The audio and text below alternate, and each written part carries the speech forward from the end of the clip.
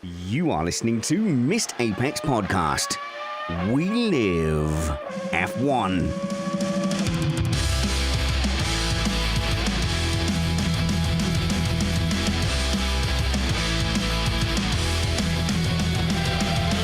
Welcome to Missed Apex Podcast. It's another Mailbag episode. I'm your host, Richard Reddy, but my friends call me Spanners. So, let's be friends. Hello from a little blue shed in the depths of Bedfordshire, England. Yes, it is a real shed. We're moving soon, so the shed will be no more. So I must make sure to do a little tour of the shed because the podcasting shed is about to become a nice little painting studio for the lady that's buying our house. But no time for that now. Today we have another chance to answer your questions. Thank you very much. We do build these up. The way to get your questions submitted to us is feedback@missedapex.net. But none of this changes that we are an independent podcast produced in the podcasting shed with the kind permission of our better halves. We aim to bring you a race review before your Monday morning commute. We might be wrong, but we're first. Today I'm joined from Americaland by Matt Trumpets. Almost done with my Carlos Sainz strategy calculations. And there is a Carlos Sainz strategy question and some tyre questions. I do get insulted, Matt. People say, here's a tyre question, probably for Matt, when I'm the most interested tyre person on the whole panel. Well, you know so much about them. I mean, it has become a feature of your reporting on Formula One to be an expert on the tires. So we were podcasting when Pirelli first came into Formula One. Can you remember the year? Oh, it was in 2012. Was it 2012? I think we're going to go for 2012, although our next panelist may well know. But I remember us talking about the change, and you quickly realised, I think, before any of us, that the tyre strategy was going to become key, and you were really pushing very early on to talk about the tyres. And I was like, oh no, man, are we going to talk about tyres again?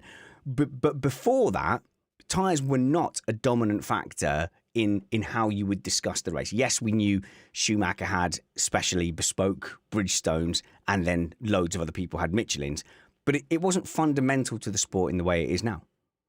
No, I mean, but the thing is, tires are always fundamental to the sport, but especially if you go back to when we had tire wars, because they were proprietary and because testing was involved, there was a lot less known about them from our side of the fence. So the Bridgestone Michelin battle was sort of comparable to the Mercedes versus Ferrari versus Renault engine battle of, say, 2014.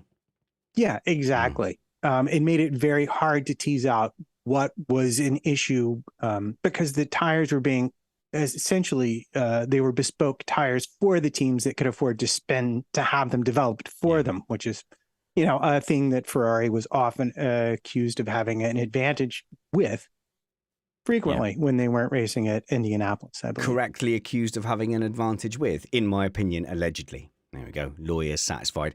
But we, instead of us scrambling around trying to remember dates, let's bring on someone who I suspect has an eidetic memory. It is Chris Stevens. Hello, Chris. What year was it? It was 2011. 2011. So you were holding up two fingers to try and help me out, and I thought that was indicating a 2. So i.e. 2012. But yeah, so it's 2011 that Pirelli came in, and they didn't come in really with the best of reputations. I think they got given a brief, they followed the brief, the tyres were falling apart, and I really do wonder if their sales suffered, because why would you want to buy tyres from a company whose race tyres just fall apart and are chocolate tyres? Yeah, exactly. I mean, they were asked to bring high-deg tyres, and then people said, well, what does that say about their road tyres? Of course, it doesn't say anything at all.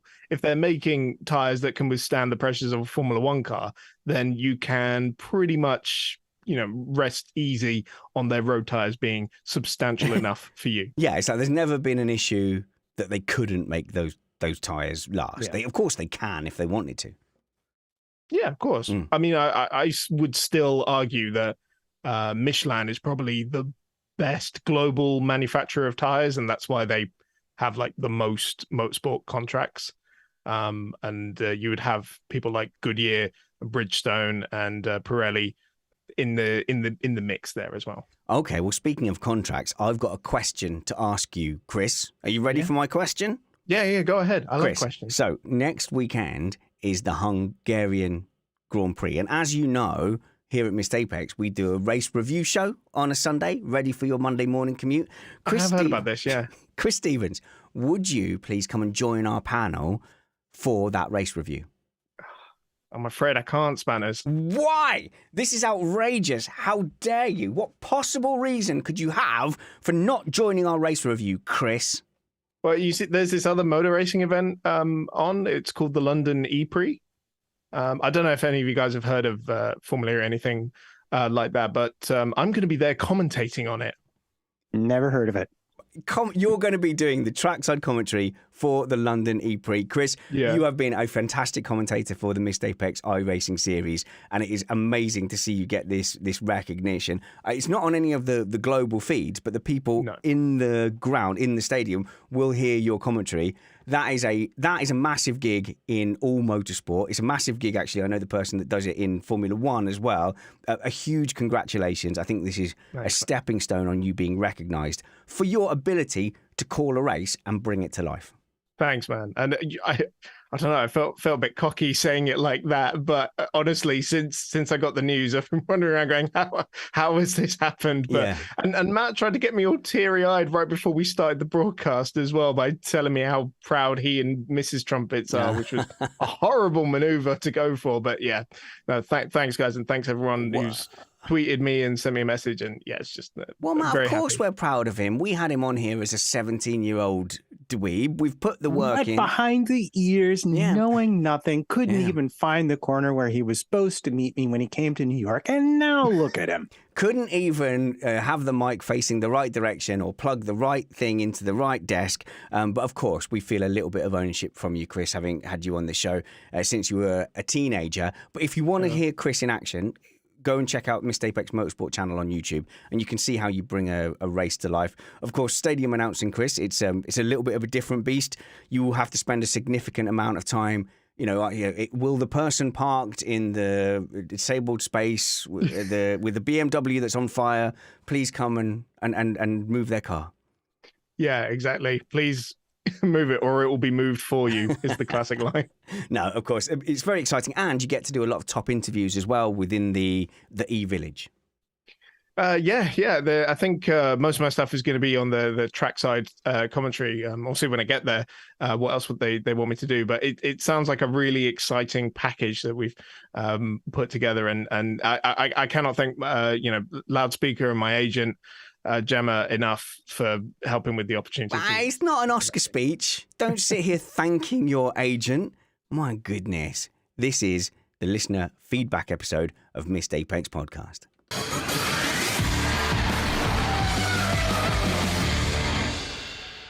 So when I look around my panel to see who can pick the first question out of my mailbag, I'm going to look around to see who's got the best gigs coming up. Matt, are you doing trackside commentary for any major motorsport events? No, but I did do a chamber music concert at Lake George last Friday. No one cares about music. Chris, you get the honor of picking the first listener question. Okay, great. Well, this one comes in from Robert Fleming, who on a recent rewatch of the movie Rush, Ron Howard's classic good movie, docudrama of the 1976 World Championship battle between James Hunt and Niki Lauda, one of the best sort of motor racing films ever made, caught a bit of commentary in that during the Japanese Grand Prix section of that, where they talk about Jody Scheckter in the six-wheeled Tyrrell. Yeah. And he goes, did I hear that correctly? There was a six-wheeled F1 car. Yes, there was. It is a very bizarre idea, to the point where apparently Jackie Stewart choked on his drink when he was told about the idea. But it is, honestly, one of the most famous, quirky designs ever produced in Formula One. Well, now this, Matt, if we were having tech chat back in the 70s and 80s and 90s, it would be a very different tech chat to what we're having now. We talk about, or we have talked about, the soul of the sport. Should it be a spec series? Which bit should be different. But really, if you compare modern F1 to those times, modern F1 is a spec series. Yeah. I mean, imagine a rule set where the number of wheels isn't something that they bother to specify. Spanners, it's interesting you mention spec series because the design came about because pretty much everyone except for Ferrari at this point in time was using the same engine, the same gearbox, and the same tires. So where do you find your competitive advantage? And that is where Derek Gardner came up with the idea to put four very small front wheels on the car to basically improve the front end grip. And they even convinced Goodyear to produce these special 10-inch tires solely for their car and to keep it very much under lock and key. It was kept a secret from even the drivers. Okay, so I mean, if you remember, Matt, we were speaking to Matthew Carter, who, by the way, we couldn't get a show with this week, but is very keen to come and speak to us soon. When he was talking about his days as team principal at Lotus, I think it was the 2014 season, where there was a lot of interesting nose geometry. And if people want to look it up, 2014 Lotus F1 car, it had an asymmetric twin tusk nose. So one tusk was longer than the other, and that was to try, sort of circumvent the rules saying, the nose had to be a certain height, a certain length, it had to exist in a certain zone. Well, they went, okay, well, in that case, we can have one nose doing one thing and one nose doing another. I'll tell you what else they had as well. In 2011 was a front-facing exhaust. It came out like pretty much where the front of the side pods were, rather than, traditionally coming out the back. The idea was it was going to channel more air through more of the car. Yeah. It didn't quite work out. No, but that was after Red Bull. Oh, no, after Brawn, actually. Yeah. Was that the first time that we heard about the exhaust fumes being used to help with downforce? So in 2008, they had a rear-blown diffuser. They used 2009, yes. They used the rear diffuser, the exhaust fumes, to blow onto a certain part of the rear aerodynamics to create more downforce. Yeah, 2009 was like the double diffuser, and then 2011 was really when the exhaust gases came into it as well, where they were able to keep the exhaust gases flowing even when the driver wasn't on the throttle. And that would help with the aero. Exactly. That's why it made that sort of spitting noise as well, that under braking.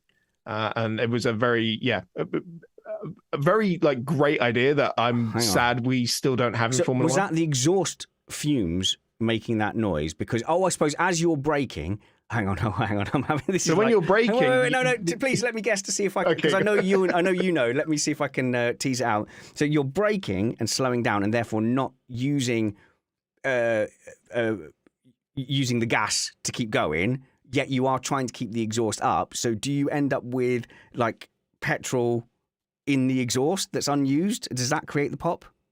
I don't know if it's petrol in the exhaust. Maybe Matt or Summers is a better person to ask, but it was about keeping the throttle sort of 5% open. Okay, but wouldn't that then generate petrol fumes in the exhaust that would lead to a pop sound? Maybe, Matt? I think it would. Matt? Oh.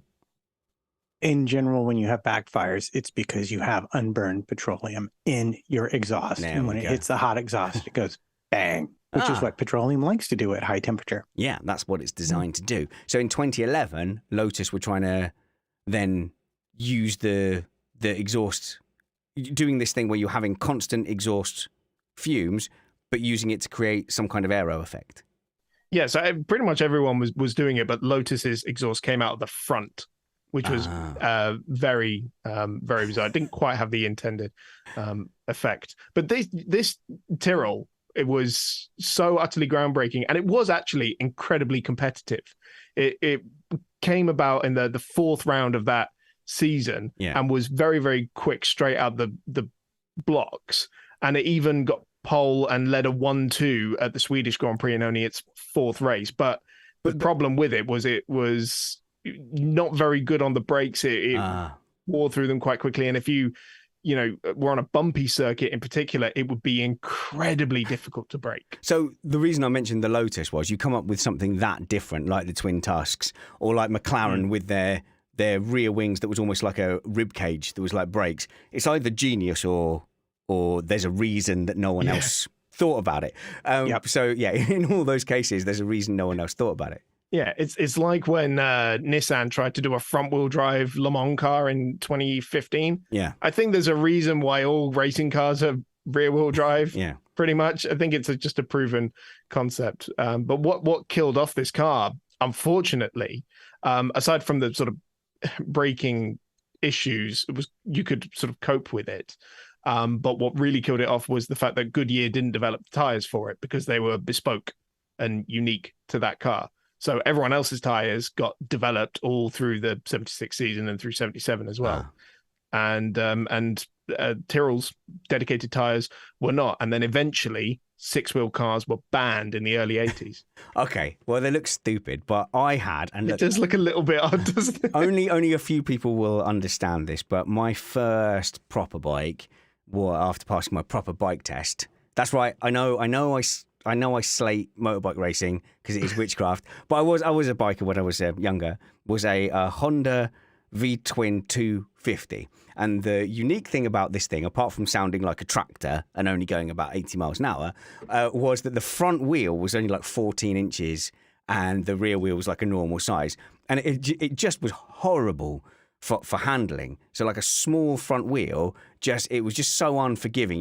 You had to use your body weight. There was no way you could, like, at slow speed, turn the handlebars and you just fall down. As motorbikes should when they lean over MotoGP with your witchcraft. But if you look at these front wheels as well, I suppose they are rotating quicker than the other wheels. So surely they'll wear more because, you know, that bit of tyre is getting back to the track that much sooner. And having two sets of front wheels, they're not sharing that burden. They're still going to wear quicker. So I'm interested to get Matt's take on whether you think that if we had a 6-wheeled F1 car now, if Haas could turn up with a 6-wheeled F1 car, would that? I don't understand what could help. Well, the big help is you just add the two contact patches together. So instead of a 13-inch contact patch, you have two 10-inch contact patches, which is roughly the equivalent of one you'd get on a 20-inch wheel. So you had so much more bite at the front of the car. That it possessed an advantage, and you have lower rolling resistance with smaller wheels. But what about like friction and differential?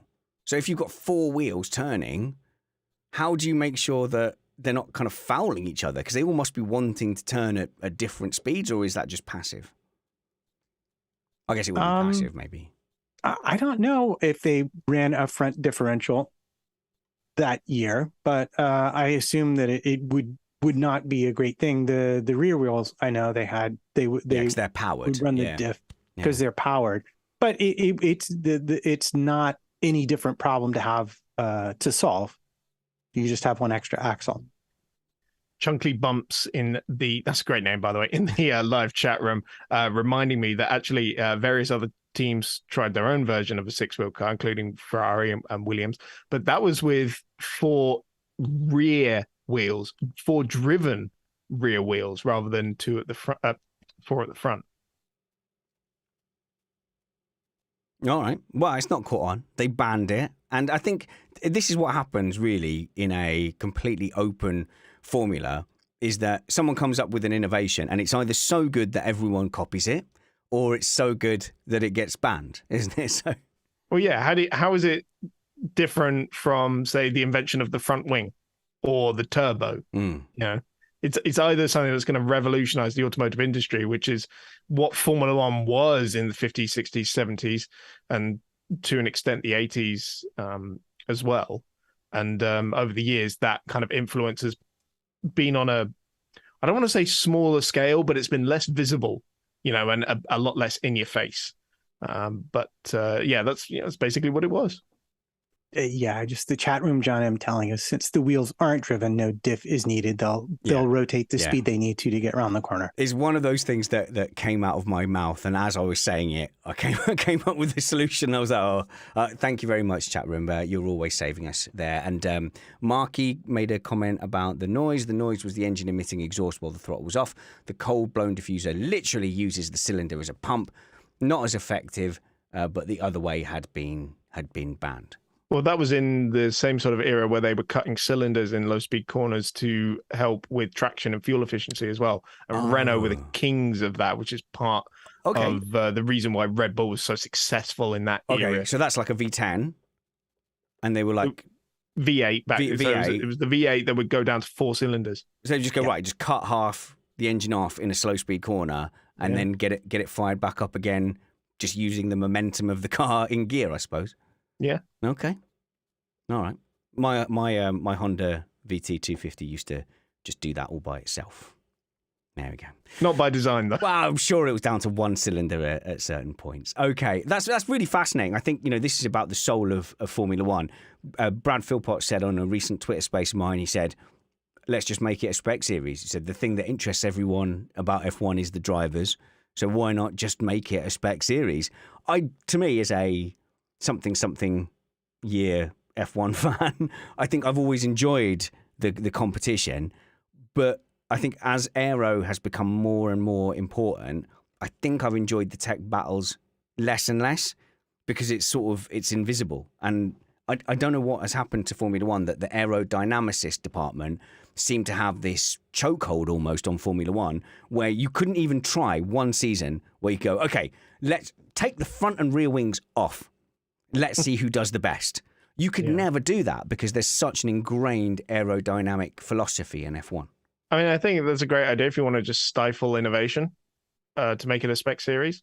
Frankly, I love the fact that there are a handful of motor racing series, and they're all at the pinnacle of their particular discipline, where you design the whole car. Formula One, and even then, that's only a handful within certain teams. Boxes as well. Yeah. The hypercar class in the World Endurance Championship, MotoGP, where the manufacturers make their own bikes, and probably WRC as well. But even then, you're starting off with a road car, so probably not even that. But I don't like the fact that that's a dying breed, really. Well, it is, but the thing is, because the margins have been so squeezed in Formula One around aerodynamics, they have to they've basically spec'd a lot of everything else except aerodynamics and the flaws, which in a lot of ways is just how everything interacts with aerodynamics. Maybe F1 needs to be harsher with the tools it takes away. We don't need Formula One to get any faster. We don't need it to circulate tracks at a lower lap time. To an extent, with these regulations, they took away some of their aero tools. But I find it politically interesting that I don't think F1 as a body could say, you're not allowed front wings anymore, or here's a spec front wing, crack on, do everything else. I think the teams in the sport would never allow that. Well, I'll tell you what as well. Let me take this opportunity to disprove the biggest misconception with, say, spec series in general, which is that they're cheaper, which is just not true. Because as soon as you make it a spec series, that one supplier gets to say, oh, this costs X amount now. Whereas before, so take Formula 2, for example, back in the Formula 3000 days in the 80s, 90s, and early 2000s, the teams would be sort of bargaining deals with certain manufacturers and suppliers for chassis and tires and engines and things like this. And it was a very well-run thing, and the cost was under control. As soon as it went to being a spec series, suddenly they're all paying more money for the same thing. You're listening to Missed Apex Podcast. It's a Patreon-supported show. Go and check out the Patreon perks by going to patreon.com/Missed Apex. The general idea is that it's a micro payment, which all in all, combined with a bunch of different people, makes it a big enough thing to mean that me and Matt and Chris now actually can do some work for Missed Apex Podcast, and it can be part of our freelance calendar. Without our patrons, this would not have survived. Other pressures would have come in and swamped us. Instead, we've been able to grow and thrive and become the world's highest ranked, host-owned, independent Formula One podcast. I'm pretty sure of that stat, but if you look at the iTunes ratings, I think it is pretty clear. Every F1 show above us has big funding behind them. So if you want to be part of keeping us up there with the big boys, check out patreon.com/Missed Apex.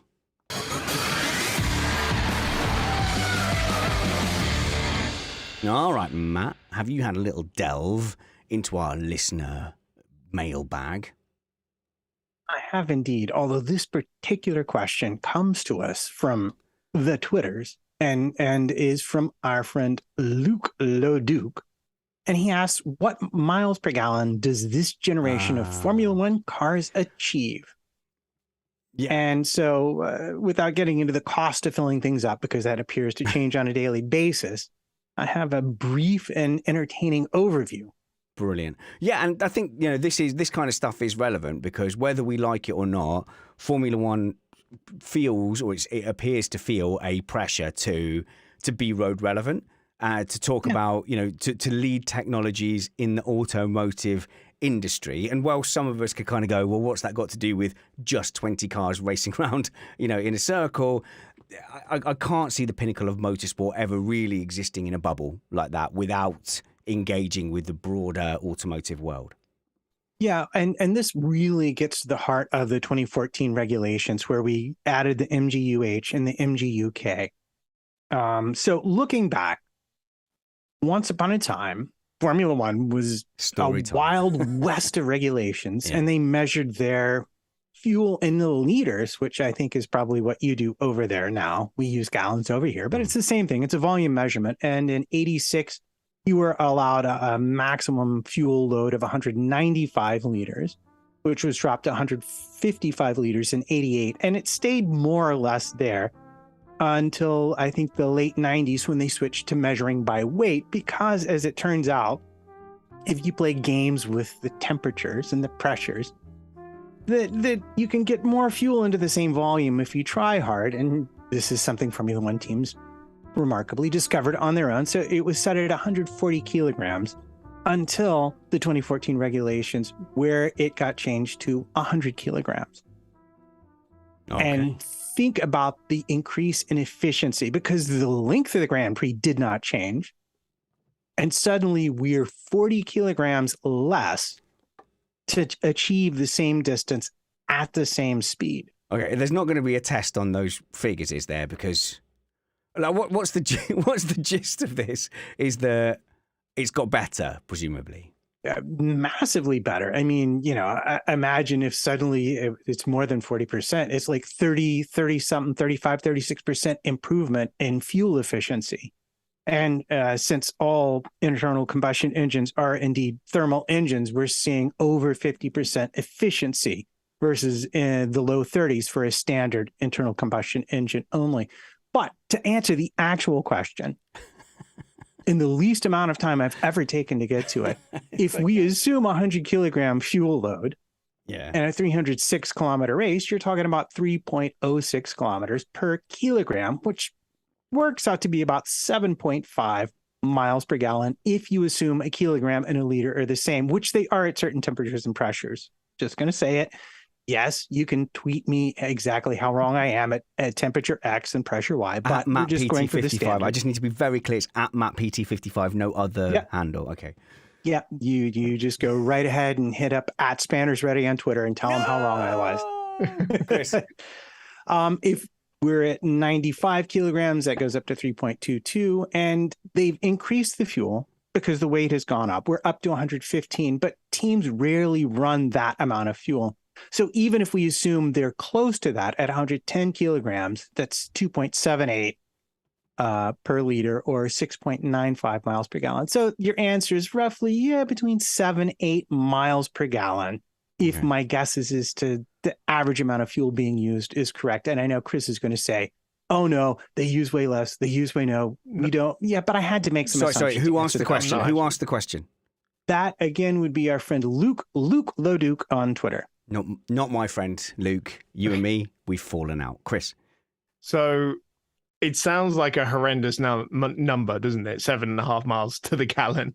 And it goes back to what we were talking about, the tires, right? They do 10 kilometers before they're past their best. How on earth is that road relevant? And you've got to remember, we are talking about the absolute pinnacle of what a car can do, and the utterly extreme pressures that the power units, that the tires, that everything is under, which in your road car is 0.1% of what a Formula One car can do. That is why motor racing is the best test bed for new innovations and technologies. And so when we say that we can do 7.5 miles per gallon in a Formula One car, that might equivalent to 80 in a normal road car. Equivalent, eh? Why is fuel efficiency important? Like you said, the tires last a handful of miles. An engine lasts what is a Formula One race? 200 miles times 8? 305-ish kilometers, whatever that is in miles. Okay, I know I'm a fan of the metric system, but I just don't know kilometers. No, I don't know either, but I never learned what it is in miles because it's always been measured in kilometers. Okay, so it lasts like 250 kilometers, and then your engine blows up and is no good.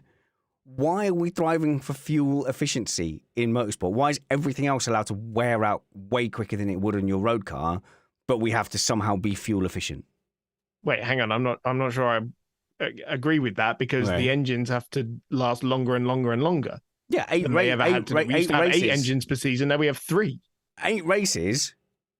200. How long does your road car last? It lasts like 200,000 miles. But that's the same thing. That's what we were just talking about. The extreme pressures of it, and when you apply that to a road car, it is incredibly long-lived. Matt. Yeah, well, I just, in order to make the point I'd like to make about this, I just want to say, imagine you had to put 140 liters of fuel into your car to get where you're going. And then you get a new car, and now you only need 100 liters to get to the same place. That's the kind of improvement we're talking about. Yeah, in absolute terms, it doesn't seem great, but you have to understand that these engines are being run at RPMs your car engine won't even do for 90 minutes straight without stopping. And your car never, ever, ever does that. And that's the point. If we rode our road cars, if we could somehow make them go and do an F1 lap time, they wouldn't be as efficient as the Formula One hybrid engines. And they would not last either. They would go boom very quickly. Fair enough. And think about that money you'd be saving as well. What's that, 80 quid for 40 litres? Don't, mate. It's too much. It's way too much. I know. Okay. So, Matt, very interesting. Is there any more points on this fuel efficiency question? No, just appreciate this engine while we have it. Okay. That's what I would say. Okay. So, I'm sure that the subject matter is interesting and important and relevant. I'm just going to say that might not be the least dry segment on the show we've ever had. That's all. There was a lot of numbers. I might not necessarily want to repeat that maths fest. And to anyone out there who's confused and angry, just remember it's all Matt's fault. So I'm going to go to some juicy driver gossip now.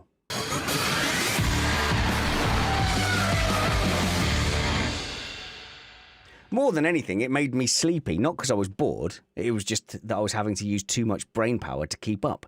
Okay, so this question is from Jesse.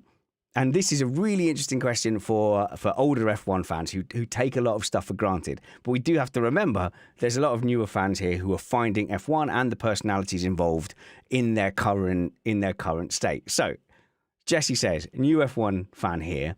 I'm getting to the stage of life where I always root for the wily old veteran, which means, of course, Fernando Alonso is one of my favourite drivers to watch. He's shaking his fist at the whippersnapper Tsunoda in the middle of an overtake. I don't think that was his fist, unless his fist is very, very narrow. Or calmly explaining over the radio, yeah, no problem, I want Norris close to me so that I can kill his tyres. This is quality material, posits Jesse. But I've picked up on more than a hint of exasperation and eye-rolling every time his name comes up on the podcast. What gives? What did he do at Ferrari and McLaren to sully his name? And obviously, to those of us who've been watching a while, I have a bit of sympathy for that because there is very much an Uncle Fernando vibe. You know, that he's the crazy F1 uncle. He's still fine. He's still fast. He's throwing out his opinions. He can say whatever he wants, just like he's some lovable old rogue. But Fernando Alonso, who I am a fan of as well, by the way, Jesse, especially these days, so it's not lost on us. But he was the baddie, Chris. He properly was, wasn't he? Yeah. So I would also second that. I am a huge Fernando Alonso fan and is no doubt one of the most talented drivers ever to grace the sport. And I think it's criminal that he only has 2 world championships to his name, because I think it's something like 8 points more in his career would give him another 4 titles or something ridiculous. I don't think this. It's criminal like he's been robbed, because I do feel like Fernando Alonso has made enough bad decisions and done enough wrong things that if he was a 5-time world champion, I would be sitting here going, do you know what? He deserves to only have 2 the git. And this is from someone who's professing to be a fan. Well, I like the fact that they are a new enough fan that they left Renault entirely out of this conversation. Oh, my goodness. Yes, that's true. Well, anyway, Chris, do you want to give us a potted history? Well, what it comes down to is that he is known for being a disruptor within the team he works for. And looking at the 2007 McLaren case where he sparked issues Explain with Lewis all of Hamilton. that right now. Remind me. Okay, well, the most famous, the sort of flashpoint was the Hungary qualifying. So back in the days of refueling, you would refuel in the middle of the qualifying session in the pit lane. He was in front of Lewis Hamilton in the box getting refueled, ready to go out for his last run. And the lollipop goes up. Back in the days of the lollipop man, remember that? Before the traffic light system. I do remember. So lollipop man says, go, go, go. And he just sits there. He just sits there, runs the clock until Lewis doesn't have enough time to set a final running qualifying, and bags himself. Outrageous. Your teammate. Teammate. He has caused just too many issues with the teams that he's been driving for. And he did it at McLaren, he did it at Renault, he did it at Ferrari, he did it at McLaren again. When they were with Honda from 2015. And I wouldn't be surprised if he's kind of doing it at Alpine now. Well, it's hard to say what's going on at Alpine right now. There's a surface calm. Yeah, it feels synergistic. But I see the potential could be there. Am I wrong in thinking his first stint in McLaren, did he not also turn them in for having illegal Ferrari plans? Okay. Oh, God, yeah. Yeah. Okay. I don't know if we have to say allegedly anymore or whatever, but the idea was that he'd come from Renault to McLaren and that he'd been sent illegal documents, which he had then could potentially have shared. I think that they were sent to an engineer at McLaren, but he knew about it and informed the FIA when it was clear that McLaren weren't going to hobble Lewis in their fight, or at least that's how the story goes that I know casually. I wasn't following. So he was willing to put McLaren in the poop, rather than. But then again, McLaren were the ones that were doing something bad. Alonso was just like. Yeah. So hang on. Are you saying that you're in the snitches get stitches mentality, and that's why we're blaming Alonso? Surely we could say Alonso is not a snitch. He's a whistleblower, a hero in many ways, Chris. Well, it's worth remembering as well that the whole sort of Spygate scandal was what ended McLaren's works relationship with Mercedes as an engine supplier, and it was part of the reason anyway. Yeah, okay. It was one of many, many factors of things really imploding at McLaren. Is why they haven't won a world championship since 2008.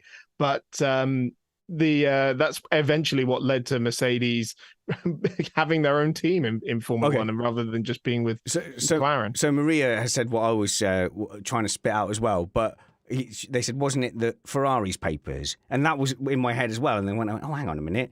He came from Renault. So it was McLaren had somehow got hold of Ferrari blueprints or whatever. Right. But there was no proof they ever used them. Yes, that's correct. Just like there was no proof there was ever traction control at Benetton and blah, blah, And Red blah, Bull blah, blah. 2013. Yes, exactly. No lawyers, no.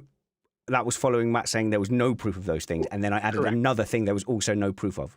Or that Mercedes benefited from their secret tire test in 2013. No, I think they admitted as much, but they just argued that it was technically quasi-legal, sort of based on some emails that got sent once upon a time. No, it was no benefit at all. They didn't magically start winning races after that.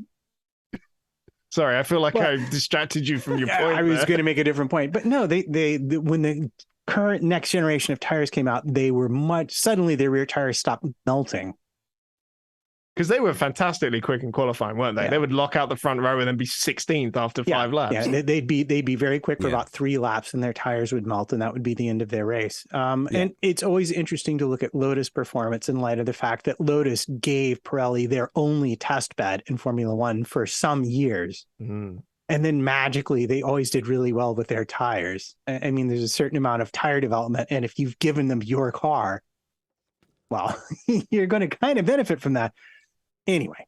So Alonso, though, in 2005, 2006, he was, to me, the guy that was coming in and saving us from Michael Schumacher. So at least on that level, it was a breath of fresh air. Formula One's got this bright young new champion.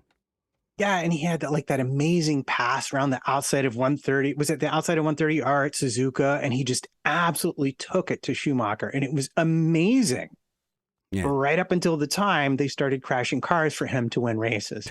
And people who, I suppose, who are new to Formula One as well, Michael Schumacher at that time, that early 2000s period, if you think Mercedes and Hamilton were dominant, like Schumacher, it was a different level. They were an absolute machine. And Schumacher was never challenged at all by a teammate. And in fact, probably would have been 8 for not that leg break. I can't remember what year that was.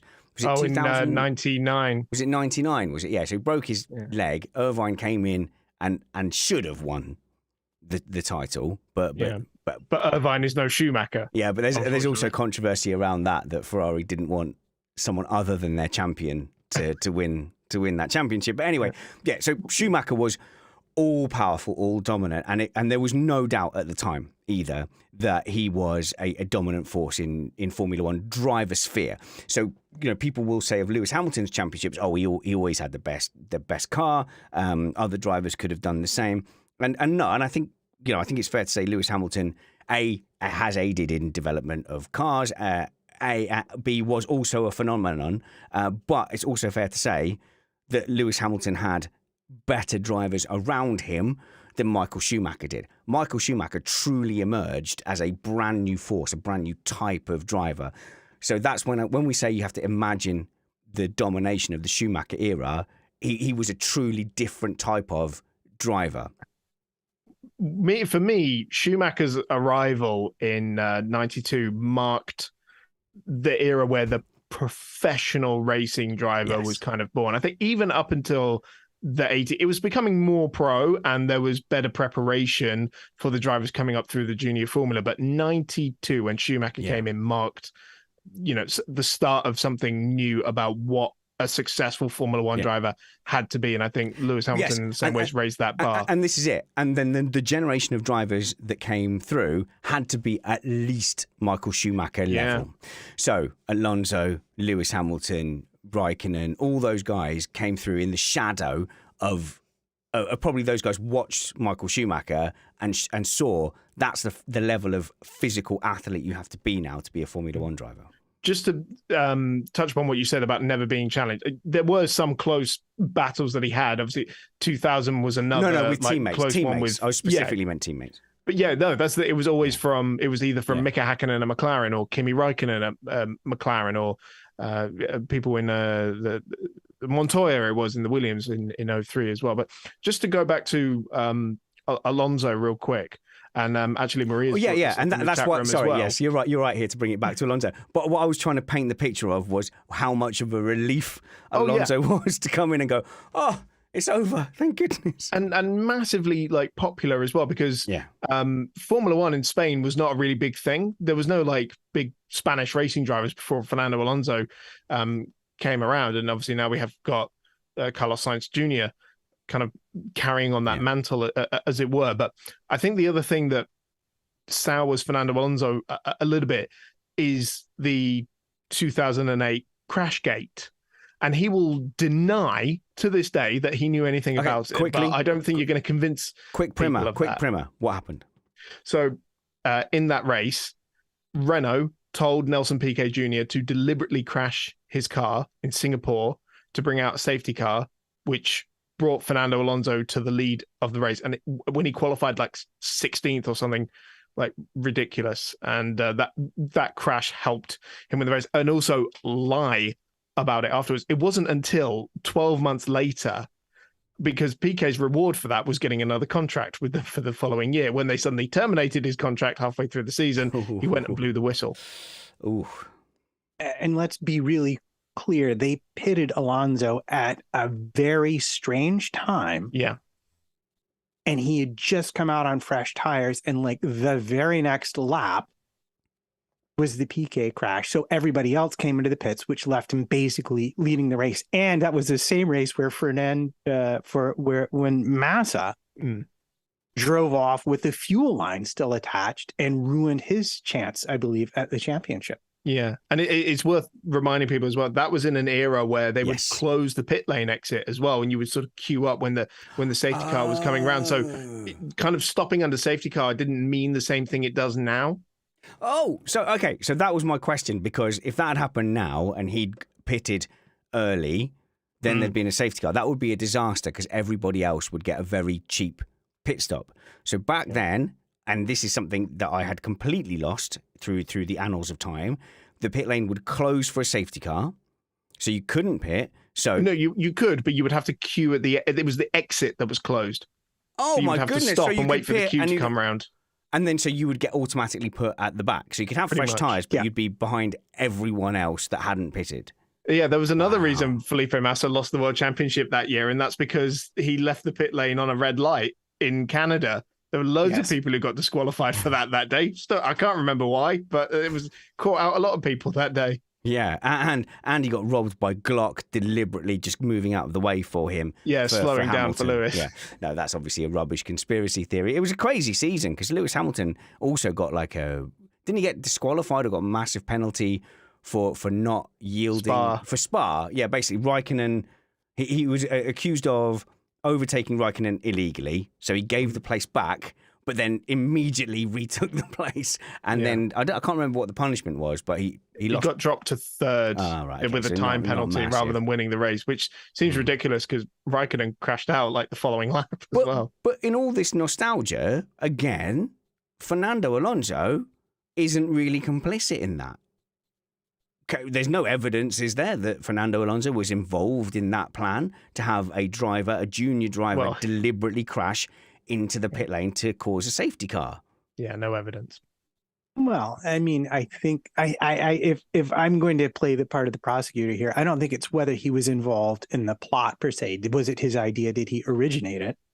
I think the bigger question is, was he aware of it? And we certainly have evidence with Spygate later on that he has no problems going to the FIA if he thinks it will benefit him. Yeah. And yet he's told to pit, 6 laps before he normally would. And without argument, I mean, I look at people like Carlos Sainz, like, what are you telling me on this radio, engineer? No argument that I'm aware of, does exactly what they say and winds up leading the race and then says nothing about it until he's asked by the FIA once Piquet Jr. came forward. So I would argue that this is all kind of circumstantial a little bit. If we're trying to sully Alonso's character and say, why do people dislike him? He didn't have a dominating period like Schumacher, like Lewis Hamilton. It was a blip in F1 history. It was 2 championships with Renault. We don't know he had anything to do with Crashgate. He wasn't the perpetrator of Spygate. We could say that he was a whistleblower. So why the hate, Chris? Yeah, I mean, look, I'm not trying to sully anyone's reputation. This is just a number of reasons why some teams are quite reluctant to take on Fernando Alonso. Actually, I think if rumors are true, Mercedes is one of them. And the point I would make is that these all come from young Fernando. He might have known. He said nothing. That's kind of a blot in your character. But there are certain other drivers in certain situations who have not necessarily said things when maybe they could have. We have to remember Lewis Hamilton was instructed allegedly. I think he got a penalty for this, so I don't think this is allegedly. His team told him to lie about the reasons why he did an unsafe rejoin, and he went along with it. And I think has since gone, I shouldn't have done that. But you can understand the pressure the drivers are under. And so I want to make the point that as much as we're looking at, for the benefit of this question, Alonso's quote unquote past sins, that doesn't mean that he would do that today or that he's entirely like that today. So you're saying there's a redemption arc. Please let there be redemption arcs in life. Let those be real. So do we think that Lewis Hamilton knew anything about the fact that really McLaren weren't allowed to win the 2007 World Championship because of Spygate? That's alleged. That's a huge allegedly. Come on. There is no way they were ever going to let McLaren win that World Championship. Massive allegedly there. But so I think just to summarize, I don't think this will lead to much further discussion, but Fernando Alonso, as you said, a disruptor. Lots of reports out of that 2007 McLaren series season with Hamilton that it became very much a divided grid. Do you necessarily want that? One comment that comes to mind, and it will live with me because this is such a classic Alonso quote. It was at Spa, a track that is renowned for... Oh, no, it wasn't. It was Monza. It was Monza, a track that is renowned for, there's not a lot of places where you can really kind of make a difference compared to your teammate. Say a lot of other tracks, you might have a big gap, but there are tracks like Barcelona, like Spa, like Monza, where maybe teammates are more likely to be together. And on the grid, he looked at qualifying and he just threw Raikkonen under the bus in an interview. He said, look at the other cars, teammates. I'm here. Look at Raikkonen. He's all the way down the back. And even though he clearly would have been getting preferential treatment from Ferrari at that time, he was still happy to throw Raikkonen under the bus by saying, look how good I am. I'm the only person who is able to qualify much higher than his teammate. I don't know if they then went and had an espresso together after the race, but if I was Raikkonen, I certainly wouldn't. And, Raikkonen was used as sometimes I feel like they forgot about Raikkonen in those races, but he was often used to just stay out on old tyres, never pit, and just see who you can hold up behind Alonso. We know he was disruptive in his partnership with Honda, as Chris said as well. So I think it's that disruptive nature that has quote unquote sullied his name, according to Jesse. So anyway, Jesse, I know it was a relatively innocuous question, but I think it's lovely actually to have this view back and go innocuous. From litigious, maybe from his point of view, innocuous, litigious from our point of view. But I think you're right, Matt. We have to reassess what we think because we've got a lot of baggage as F1 fans from the before times. As we find him now, I still find myself an Alonso fan. And you go, well, okay, is there a redemption arc? Because, he's a crusty old man like me. He's seen things. He remembers the before time. I don't know. I hope there's a redemption arc for people. Otherwise, I should hang up my mic. Okay, not as much time for these two subjects as I wanted to have, but we'll finish on the science question from Matt. First, Chris, a little bit of breaking news. The Red Bull Porsche something.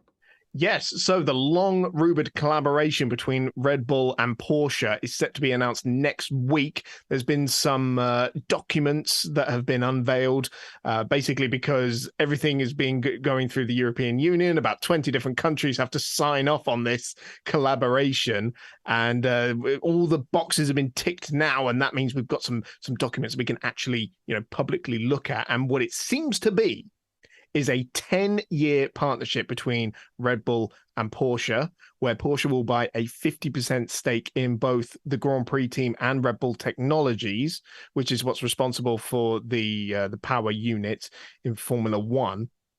And that is incredibly exciting to finally have this done. And what's been delayed, because I know it was rumored to be announced at the Austrian Grand Prix, Red Bull's home race, was that the 2026 regulations, the engine regulations, it was a stipulation on Porsche's side that those regulations had to be nailed down before this was announced. And do you know what? For me, this means from 2026, I have to be a Red Bull fan because I love Porsche.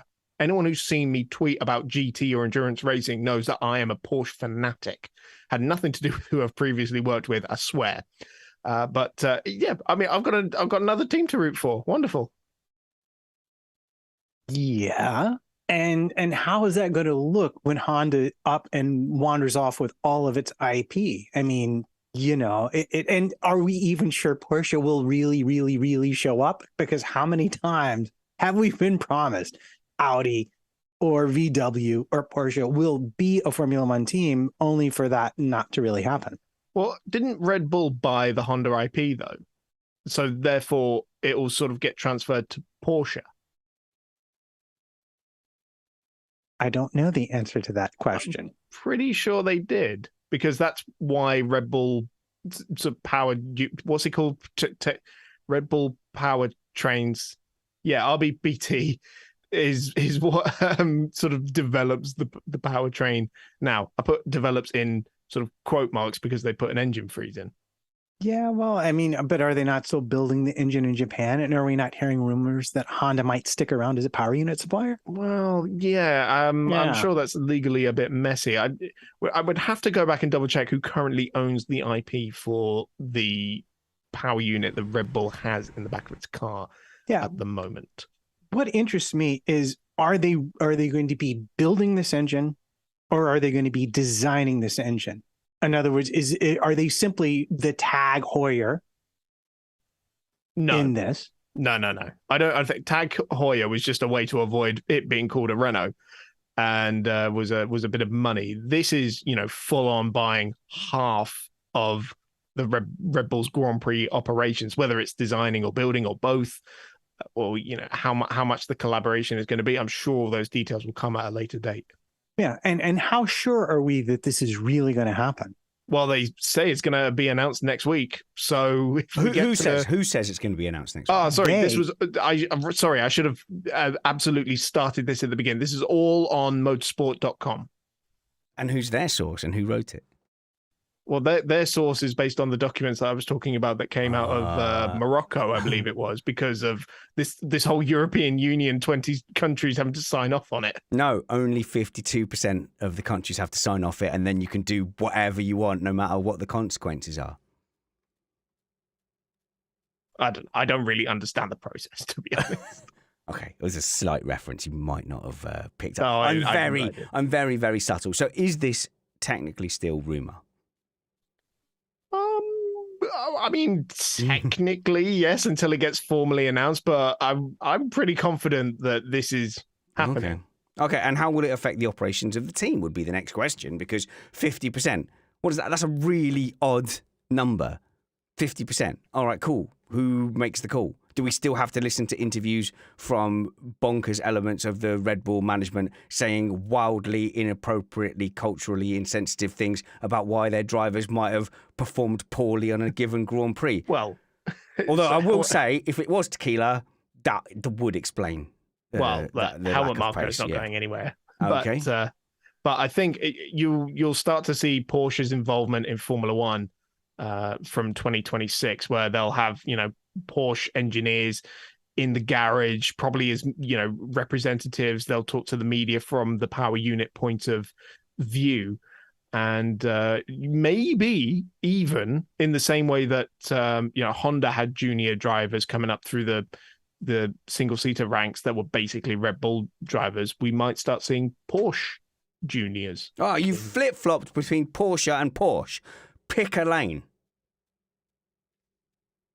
You said Porsche all the way through the start of it, and now you've flipped to Porsche. I'm not having it. I mean, well, look, Honda had junior drivers. Maybe it will be Porsche now. No, Matt knows what I mean. I know exactly what you mean, because ich spreche ein bisschen Deutsch, vielleicht. Entschuldigung bitte, wo ist das neben Krankenhausen? Ich habe Durchfall. I also speak some German. Mein Deutsch ist nicht sehr gut. the last question I have, and I think the most interesting thing is it's one thing to say you're buying 50% of something, but it's another thing to have operational control. I can very easily see a structure where Porsche invest, take part of the profits, but that the people who still run Red Bull still run Red Bull. They just pay less for it now. And if they didn't, let's say Red Bull were capitulating, saying, well, this is effectively our exit strategy from Formula One and we're handing over to Porsche, Chris, then No. You can't change back. Yeah, you just went Team Porsche. I can have either. Right, roll the tape, Steve. Okay, so that would represent another works team in Formula One. And to me, that's another nail in the hope that we might not have franchise F1 coffin. I'm not excited about Porsche entering Formula One. Now, I know that a lot of people who are into sports cars and have followed Porsche's other racing exploits, they might be excited about that. But as an F1 fan, to me, it is just another automotive manufacturer entering F1 as a sport. Tell me why I'm wrong, Chris. I don't want it just to be Volkswagen, Porsche, Mercedes, Ferrari. Well, it won't be. There will still be customer teams on the grid, and this is which ones? Wait, we've got Alfa Romeo. What? So we've got who we got left? Alfa Romeo is not a manufacturer. It's Sauber with a badge on it. And it's the same. It was the same with Caterham, with Lotus, with all the other ones as well. There are so many teams that have got Aston Martin. Aston Martin is barely linked to the road car program. How dare you? That is a legitimate enterprise that just happens to have picked Lance Stroll as its lead driver. Look, there will still be customer teams. You'll still see Formula One as we know and love it. This is just one more manufacturer. And actually, really, it's only going to be with two teams, isn't it? Because it's only going to be Red Bull and AlphaTauri. I doubt we'll see anyone else getting Porsche engines out of this. And, if Honda don't stick around, which is still a possibility, then we haven't really lost anything overall in terms of the number of manufacturers. So I don't think it's going to change all that much.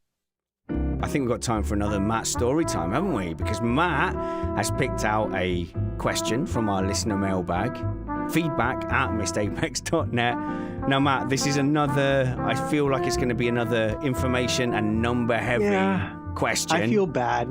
You should be playing like the Brahms lullaby here. Do you know what? Because I knew you were assessing this and I knew there was a lot of information, I poured myself an extra stiff drink. I've got the bumper ready, and I'm just going to say, everyone, gather round the tree, and it's time for Uncle Trumpets to tell us a story. Off you go, sir. Yes. Well, our friend Matt Miller writes in and wants to know about Ferrari's strategy with signs. And happily, I was already looking into that thanks to a Twitter exchange yesterday. And specifically, he wants to know, what if Ferrari didn't pit him under the safety car? What if they ran him up the front on the hards and ran out that set? Yes, they would have paid a full pit stop penalty, but there wouldn't be a 5-second penalty, one assumes, associated with it. And had it gone well, could he have done better than he did? Any safety car now, fans of any team or driver will be screaming for their team or driver to pit, to take this free pit stop that's been lauded. Why don't we see teams just go, okay, just especially early in the race, just get your track position, hold up some teams, and stick to your initial strategy, because you save 10 seconds, but you give up your whole strategy. Yeah, well, and the problem with signs in this strategy is the timing of it. That safety car was just too early, potentially, to get to the end. And I know people will say Gasly got to the end. Well, Gasly was running like 139s.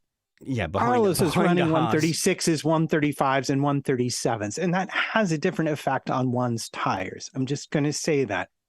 So I have not only looked at and understood what happened with the miscommunication amongst Ferrari, and I can talk about that, but I've looked at the three possible scenarios. Scenario one, everybody's favorite scenario, which is bitter end. You run those mediums to the end, and we're all sat there on our couches with the beers going, "Get her done, Carlos." And to the end, he goes in third place, which I think was achievable. But the problem you have there is the 5-second penalty. Hamilton was 9 seconds behind the leader. Russell was 16 seconds behind the leader. He would have had to have basically caught Hamilton and lost 0 time on those tires at the end of the race and under the virtual safety car. His margin of error there would have been less than a second. At which point, I'll remind you what they did do was they did pit him, catch him up, get him past Alonso, and got him fast lap point, which got him the same points as Perez in P4. So he got a net 4th position. And being the only Ferrari on track, can you really blame them for not wanting to risk his tire blowing up or him spinning off the track and them getting another 11 points lost to Mercedes after Leclerc is already gone? Chris? I also don't think this just get track position thing works in the new regulations, because we've seen it's easier to race, it's easier to follow, and the tire wear in particular seems to have gone up, maybe as a consequence, but the fact remains it seems to be higher than it was before. So I don't think you can just get the track position and then defend to the hills and just block everyone that tries to come through, like a Monaco or something like this. I think it's too easy for it to go the other way now. It is. But what's interesting about Sainz is we know he hadn't been super pushing on his hard tire. And we know that everybody else went onto the hard tire. So I'm going to say that at 18 lap old hard tires, to get to lap 28 when they started racing again on lap 22, I don't see that, because 28, Ferrari told us it was a 25 lap limit on their medium tires. That's what Inaki said after the race. We felt they had a maximum life of 25 laps. Part of that was probably because they didn't have good data from Leclerc because he crashed out too soon. But if we take them at their word, 25 laps, then he just had to get from lap 22 to lap 28, and he would have started directly behind Russell. So I can go to this scenario now, even though I gamed out the other scenario, and I can tell you that if he had pitted on lap 28, he would not have had a 5-second penalty because Ferrari would not have unsafely released him in front of Albon, I believe. He would have lost 28 seconds, and he would have had the entirety of the rest of the race to make it back up. And his actual run on the medium tires, once they pitted him the second time, he was making about 1.5 seconds a lap. He caught Alonso in 5 laps and went from 40 seconds back to 32 seconds back from lap 43 to lap 53. So numbers. You wouldn't be making that much back up over the whole race. But here's where I think it might have been genius, because at lap 28, he was only 6.6 seconds behind. And I'm assuming he keeps pace with Russell, who he would have been behind, doesn't try to pass him. He was 6.6 seconds back. If we go and look at lap 42, Russell is 17 seconds back, meaning he would have gained almost 10 seconds off of his 28-second pit stop. He would have only really had to make up 18 seconds. Everyone keeping up with it? Right. So the pit stop loss, 28 seconds. Okay. Russell goes from 6 seconds to 16 seconds back. So Russell loses 10 seconds, which means that his net loss, if he's faster than Russell, is only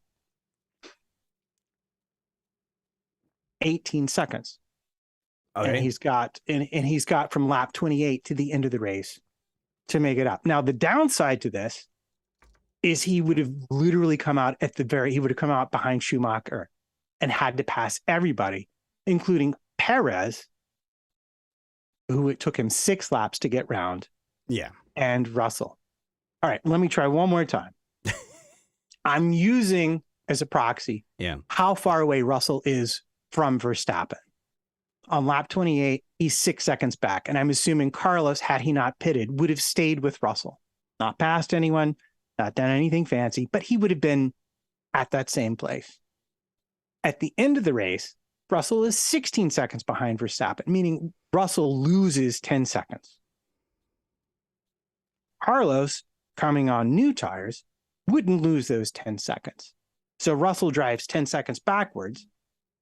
It's a 28-second pit delta. But with that 10-second loss by Russell, now we're only looking at an 18 seconds. He only has to make up 18 seconds from lap 28 to lap 53. But he does have to pass both Perez and Russell to take third place. Wow, you've really brought this to life for me, Matt. Just, I mean, look, strategy's hard.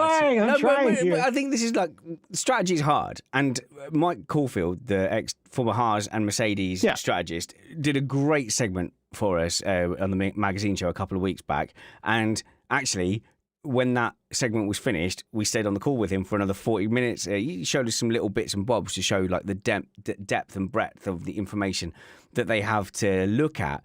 And just imagining trying to make those decisions in real time. Yeah. It is easy for us to say as armchair fans, but also, you know, a top strategist should be at the same level as a top driver. Like it should be that competitive, and I'm sure it is. Okay, so I will tell you the story now of I don't think Ferrari got it that wrong. And I'll explain what I'm thinking. Up until lap 36. Yeah. Carlos was catching. He was making time on everybody.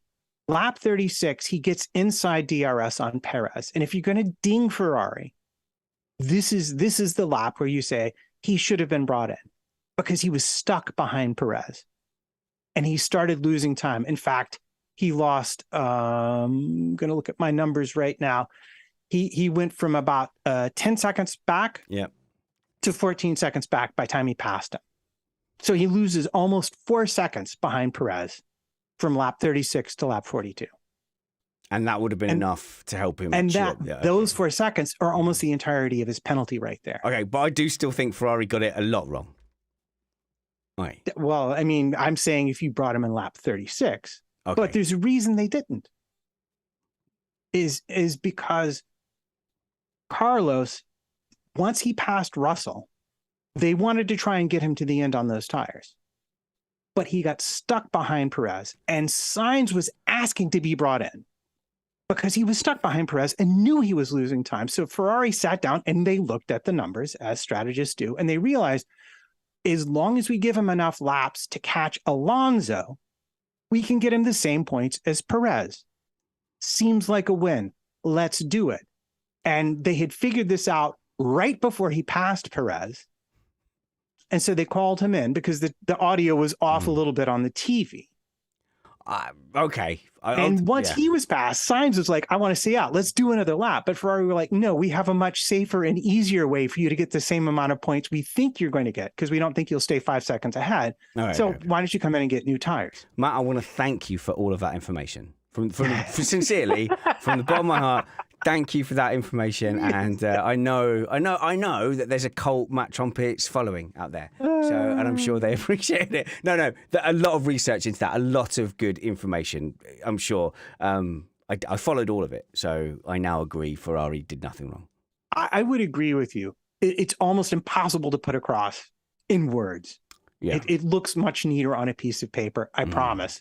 But I looked at the numbers from the F1 app, and those are my conclusions. Chris, you still with us? Just about. All right. Good. Chris, you got a really, really, really, really, really fun, exciting weekend ahead. How are you preparing? With 43 pages of notes and watched all of the previous Formula E round in its entirety, like every practice session all through qualifying. Make sure I know how they play out because it's been a while since I've done that actually. Because I used to be a Formula E journalist, very invested in it.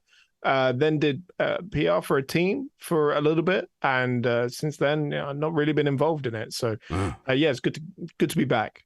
Commentary, man. I've done a little bit. I'm not great. When you get parachuted into a series, impossible.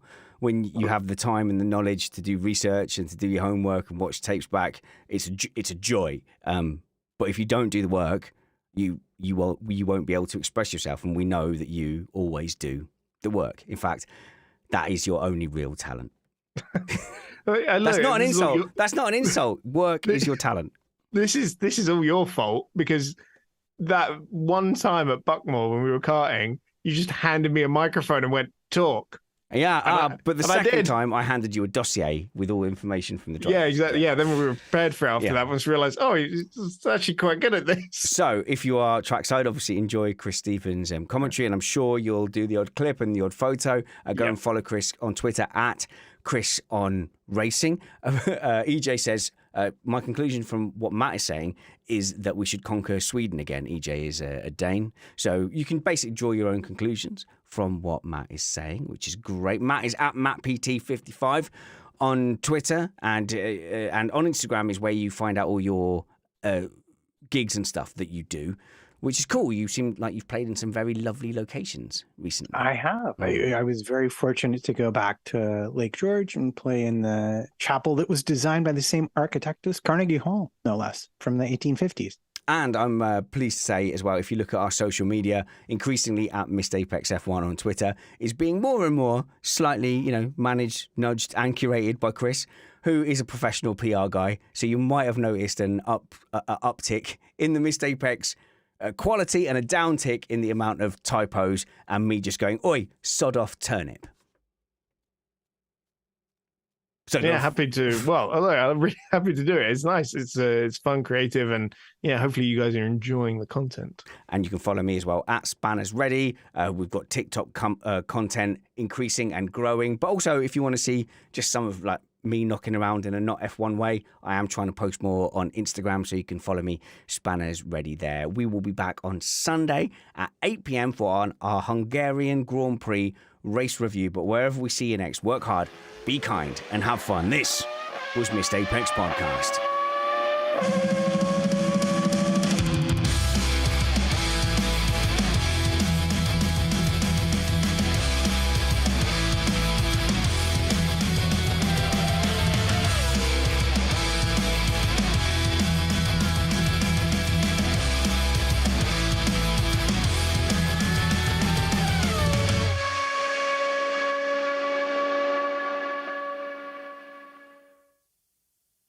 Quick aside, I quite like the mailbags being OG crew plus 0 or plus 1. I like it. That's all right, isn't it? You three. I like it too. Sort of used to you two a little bit. I know what I'm going to get. Yeah. But then lots of boring numbers. But yeah, oh my God. Okay. So there is a balance. There is a line, I would say, between information versus entertainment. And I think we got a lot of information. And I think that can be entertaining. All I would say is that has leant over. It's just leaned slightly over the line between information and entertainment. I was trying very hard. I got a little bit thrown in my presentation because Chris asked that question.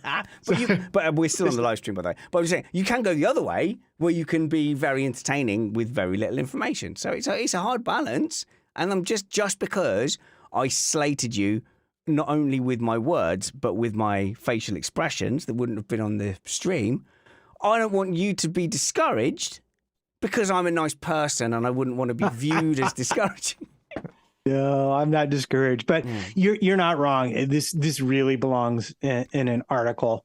And it's so I thought so much about how to convey what I had learned in terms someone listening could relate to. Yeah. But obviously I still have some more work to do. Yeah. Well, we don't normally hang around this long at the end of a show, but we're all here, so I guess we can. Do you want to meet my cat? Yeah. Yes. Yeah, I do. I mean, I'd have had my cat ready. If I was going to say, do you want to meet my cat? It's a Moggy. Hey, buddy. Oh, how big is that cat? Oh, it's quite a big cat. It's quite a big cat. American cats are big. Oh, look at that. In kilograms, how big is that cat? Oh, I don't know. 4, 5 kilos. So yeah, we I don't think he's as big as yours. No, no, our little ones are 3. The Moggies are 3. Our ragdoll kitten is 6.5, 7. So, we call him the kitten. But yeah, he's massive. But American cats are bigger in general, aren't they? So, yeah. No, he's the bigger of our two cats. Next time. He snuck in the back door while we were recording. Next time I'll have my cat delivered to me at the end of the stream. So, but the cat could easily like cover this chair and like on the shoulders and everything. Yeah. So, yeah. We're like all EJ has cat remembered owners. Brad's famous cat Oh my god! expletive. So that was so funny. Just, I mean, we're not going to cut this out. This is going to stay in the thing. So, yeah, Brad was doing a podcast with us, but their cat has a human name. So the cat is called. Yeah. Well, we should really say. We should say. We're on the stream. He thinks he's muted himself, but instead he's going for fudge's sake. Catherine. For fudge's sake, Catherine, shut up, Catherine. And because they had this new cat called Catherine, but we don't know his cat has a human name. We don't know that. Your cat should be called like Tiddles or like Berry Chops or Peach Vader Face. Chunks. Or Vader, yeah, something like that. Or like, but yeah, Catherine, you might as well have a cat called Chris. Yeah. Which, by the way, long before I knew you, I've always said Chris is the worst name you could possibly have. Really? Yeah, like Chris is like, if you had to name a brick, I would name my brick Chris. Like my pet brick needs a name. Chris seems appropriate. I've always thought it's the worst name. But Well, I think Richard is stupid. it's an old man's name now. There's no baby Richards anymore. That's true. I don't know anyone called like, So Rich, when we were growing up, Richie. if you look at like, there was no baby Freds and there was no like baby Rogers. no Michaels anymore either. Yeah. So my name, that's my middle name as well. So Richard Michael. But You got a double stupid I've got a name. double like old guy name. So like it was always like Uncle Fred and Uncle. It was never like, hey, cool Fred when we were kids. So Richard has become like an uncle name now. It's done. Like, I don't know if there's baby Matthews. No, it's all like they're all named after Disney characters now. Yeah. Like the reindeer.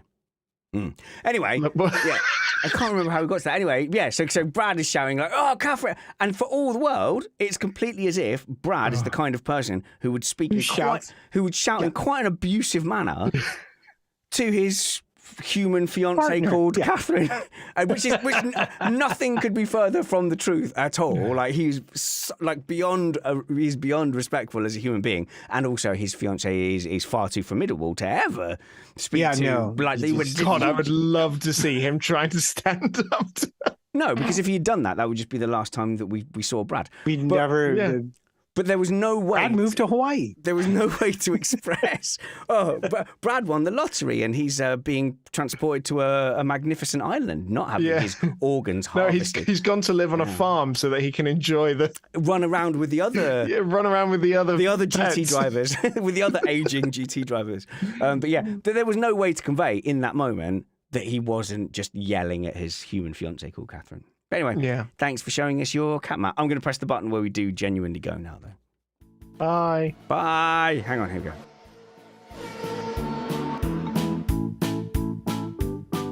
Goodbye, guys. Thanks for joining us on the live stream. Hope you enjoyed the show. We'll be back here soon, broadcasting from our shed.